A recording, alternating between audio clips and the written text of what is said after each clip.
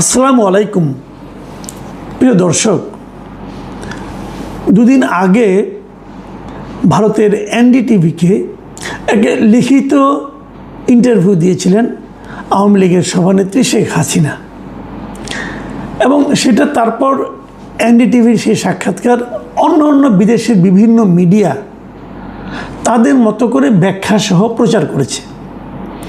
NDTV তার মতো করেছে, সেটার থেকে চুম্বক অংশ নিয়ে অথবা বিশেষ একটা অংশ নিয়ে অথবা বাস্তবতাকে কি বাস্তবতায় শেখ হাসিনা ইন্টারভিউ দিলেন সে বিষয়ে বিভিন্ন মিডিয়া, আল জাজিরা বলেন, রয়টার্স বলেন, এরা কিন্তু ওটার থেকে নিয়ে নিউজ করেছে।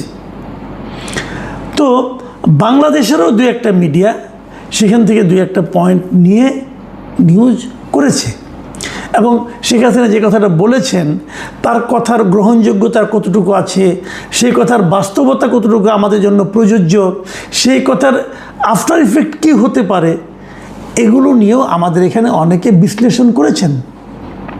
এখন প্রশ্ন হচ্ছে, শেখ হাসিনার বক্তব্য প্রচারে আমাদের এখানে আদালতের একটা নিষেধাজ্ঞা আছে। কারণ আদালত বলেছে শেখ হাসিনার বক্তব্য প্রচার করা যাবে না। যাবে না যে জিনিসটা, এখন সেটা কি আমাদের এখানে যারা প্রচার এর মধ্যে করেছে, এর আগেও কিন্তু করেছে, এর আগে আমি দেখেছি হুবহু অনেক মিডিয়া প্রচার করেছে। এটা নিয়ে আমিও প্রশ্ন তুলেছি যে আমরা তাহলে কোনটা মানব, আদালতের নির্দেশনা কতটুকু পর্যন্ত, মানে কোনটুকু আদালতের নির্দেশনা, মানে শেখ হাসিনা যা বলেছে হুবহু সেটা প্রচার করা যাবে না, অথবা শেখ হাসিনা কিছু একটা করলো, ধরা যাক উদাহরণ দিয়ে বলি, শেখ হাসিনা অসুস্থ হয়ে পড়েছে ইন্ডিয়াতে, এই খবরটাকে আমি দিতে পারবো?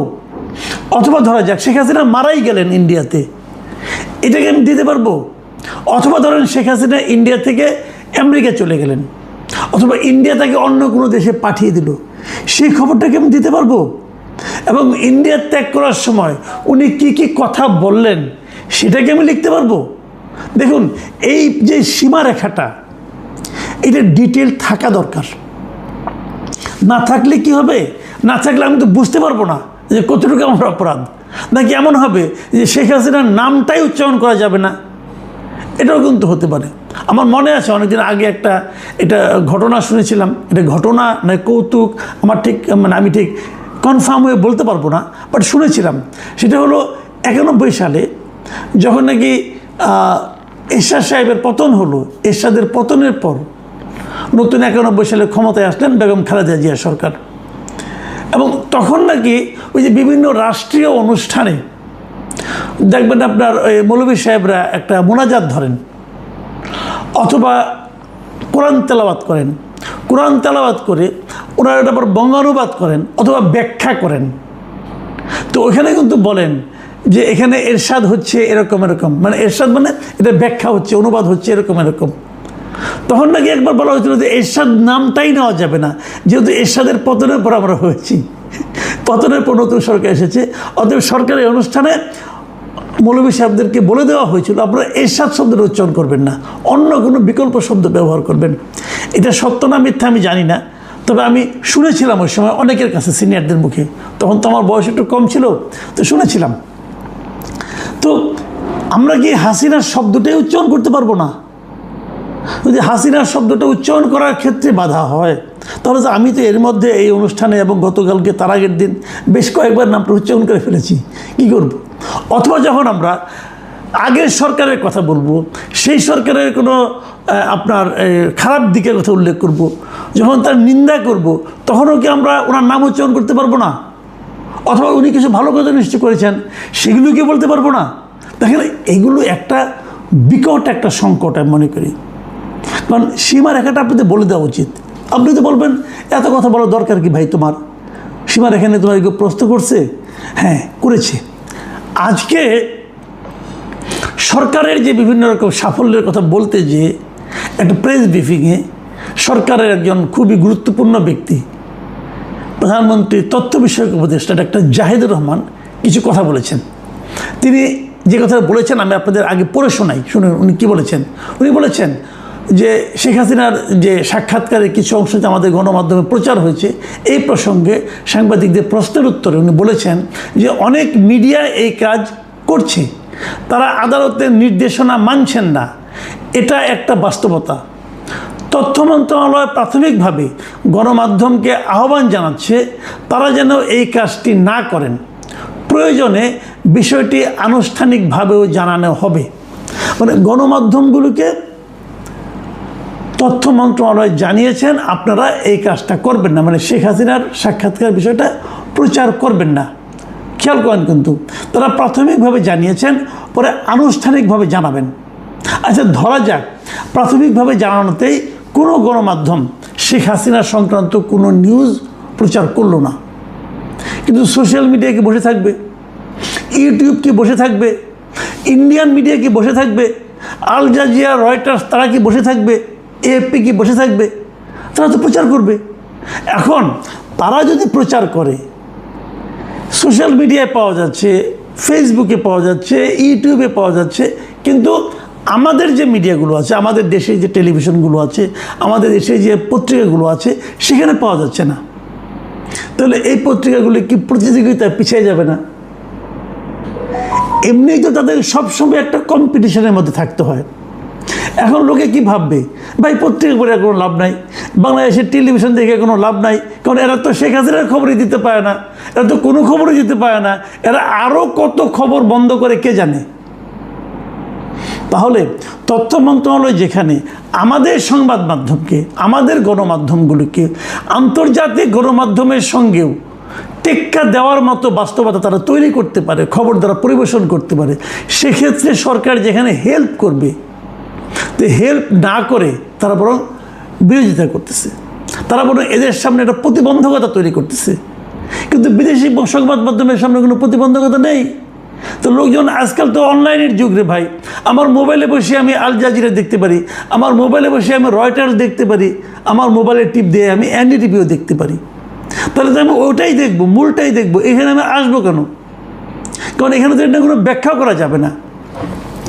এই জায়গাটিতে কিন্তু বুঝতে হবে। দেখেন, উনি একটু কিঞ্চিত একটা ছোট্ট হুমকিও দিয়েছেন। উনি বলেছেন এই বিষয়ে সরকার এখনই খুব কঠোর অবস্থানে যাচ্ছে না, কিন্তু গণমাধ্যমের আইন ও আদালতের নির্দেশনার প্রতি শ্রদ্ধাশীল থাকা উচিত। ভবিষ্যতে প্রয়োজন হলে ব্যবস্থা নেওয়ার কথাও ভাবা যেতে পারে। মানে আমি এখনই কোনো কঠোর অবস্থানে যাচ্ছি না, কিন্তু যেতেও পারি। এটা কিন্তু এক ধরনের হুমকি। প্রশ্ন হচ্ছে, যদি যাওয়ার মতো ঘটনা হয়, আপনি এখনই যাবেন না কেন? আপনি এখন আমাকে অল্প অল্প করে ছাড় দিচ্ছেন, তো ছাড় দেওয়ার কারণে আমি প্রচার করছি। কিন্তু আপনারা যখন নাকি ক্ষতি মনে করবেন, আপনি যখন মনে করবেন যে জনগণ তো আমার বিপক্ষে চলে যাচ্ছে, জনগণ তো ওই ভদ্রমহিলার পক্ষে চলে যাচ্ছে, তখন আপনি টাইট দিবেন। তাহলে তো হলো না। আমি তো এইভাবে করে করে অভ্যস্ত হয়ে গেছি, আপনি হঠাৎ করে আমাকে টাইট দিবেন কেন? যদি প্রচার করাটা যদি অন্যায় হয়, তাহলে আপনি এখনই থামান, আর তা না হলে পরে থামাবেন কেন? মানে আপনার সুবিধা অনুযায়ী থামাবেন, আপনার অসুবিধা অনুযায়ী থামাবেন না, এটা তো হয় না। তো এই বিষয়গুলো কিন্তু আমি মনে করি খুব সিরিয়াস।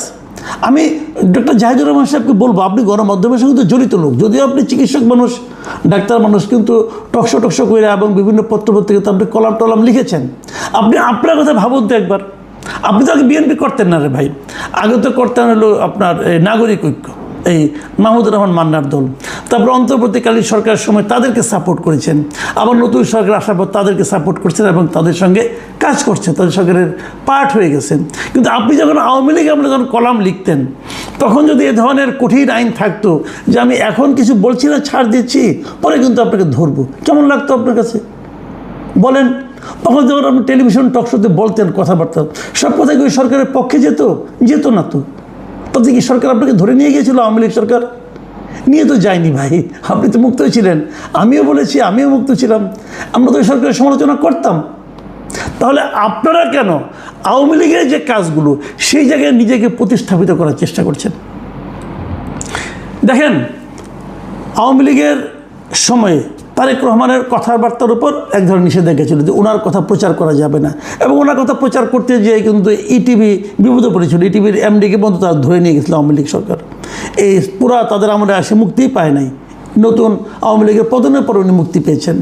তো কী কারণে ওনাদের অপরাধটা কী ছিল? ওনারা তারেক রহমানের একটা সাক্ষাৎকার প্রচার করেছিলেন। এই তো অন্যান্য সব মিডিয়া, তখন হাইকোর্ট থেকে রায় আনা হয়েছিল যে একজন কনভিক্টেড লোকের বক্তব্য প্রচার করা যাবে না। প্রচার কি হতো না আসলে? তারেক রহমান কি বলতেন না বলতেন সেগুলি কি এদেশের মানুষ জানতেন না? জানতো তো, তারা হয়তো একটু ভায়া হয়ে জানতো।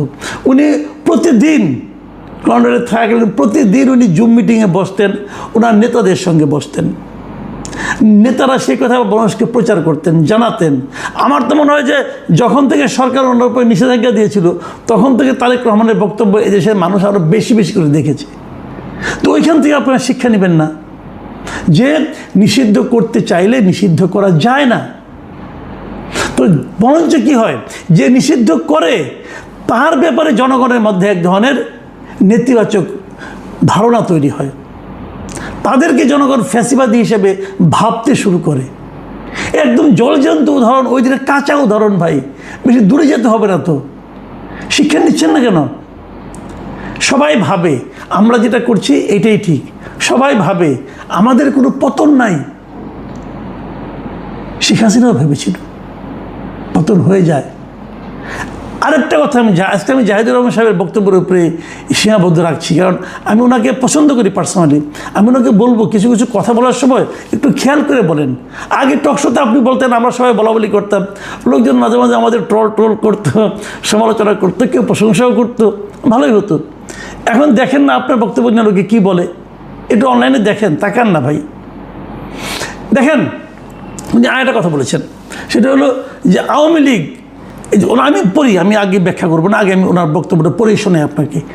উনি বলেছেন রিফাইন্ড আওয়ামী লীগের একটি আলাপ মাঝে মাঝে কোথাও কোথাও দেখা যায়, সামাজিক মাধ্যমেও দেখা যায়।